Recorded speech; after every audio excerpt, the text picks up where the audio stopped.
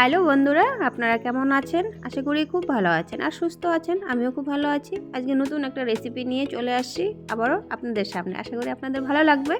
আজকে হলো ডিম আর চিকেন দিয়ে চাউমিনের রেসিপি। আর এখন শীতকাল, নানান সবজি দিয়ে কিন্তু চাউমিনটা আমি বানাবো। তো চলুন বন্ধুরা, সঙ্গে থাকুন। আশা করি ভালো লাগবে। পুরো রেসিপিটা সঙ্গে থেকেই দেখুন। এদিকে দেখুন, চাউমিনগুলো সিদ্ধ করতে বসিয়ে দিয়েছি। আগে কিন্তু জল দিয়েছি আর সাদা তেল দিয়েছি, দিয়ে তারপরে চাউমিনটা সিদ্ধ করে ঠান্ডা জলে ধুয়ে নিয়েছি। আর এদিকে দেখুন, কাঁচা টমেটো, গাজর, পাকা টমেটো, রসুন, চিকেন, এদিকে বাঁধাকপি, তারপরে ফুলকপি, কাঁচা লঙ্কা, পেঁয়াজ সব কিছু রেডি করে নিয়ে নিয়েছি।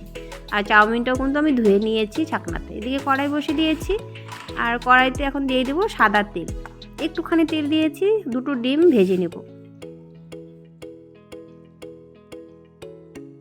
আর একটুখানি নুন দিয়ে দিলাম, দিয়ে ভালো করে সুন্দর করে নাড়াচাড়া করে ভেজে তুলব।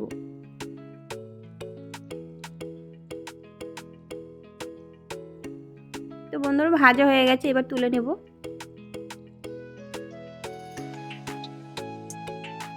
এবার একটু সাদা তেল দিয়ে দেবো, আর কিন্তু তেল দেবো না। আর একটুখানি নুন দিয়ে তারপর চিকেনগুলো দিয়ে দিয়েছি। এই চিকেনগুলো একদম সুন্দর করে লাল করে ভেজে তুলব।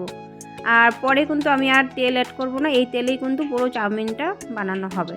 তো দেখুন, চিকেনগুলো কিন্তু লাল করে ভেজে নিয়েছি, এবার তুলে নেব।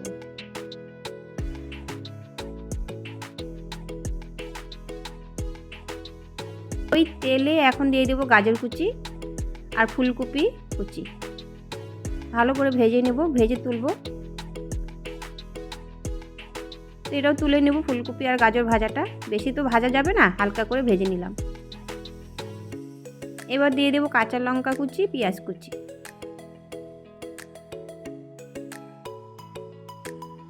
এবার দিয়ে দিব, হালকা একটু ভেজে নিয়ে এবার কাঁচা টমেটো, পাকা টমেটো দিয়ে দিয়েছি, বাঁধাকপি কুচি দিয়ে দিয়েছি।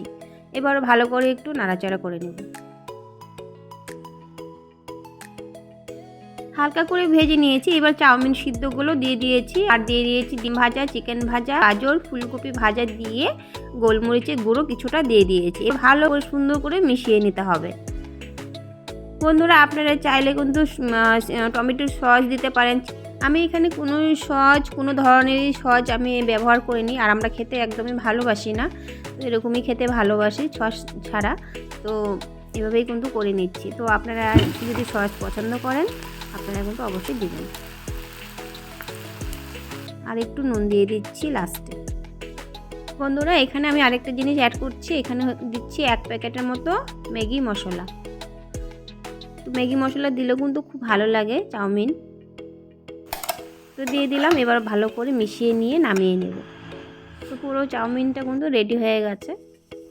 বন্ধুরা, চাউমিনের রেসিপিটা কেমন হয়েছে অবশ্যই কমেন্ট করে বলবেন। আর নতুন বন্ধুরা যারা আছেন তারা সাবস্ক্রাইব করে পাশে থাকবেন। তো বড় আপনাদের সামনে নতুন নতুন রান্নার ভিডিও নিয়ে আসার চেষ্টা করব। আশা করি আপনাদের ভালো লাগবে। তো বন্ধুরা, আজকে এখানেই। আপনারা সবাই সুস্থ থাকুন, ভালো থাকুন।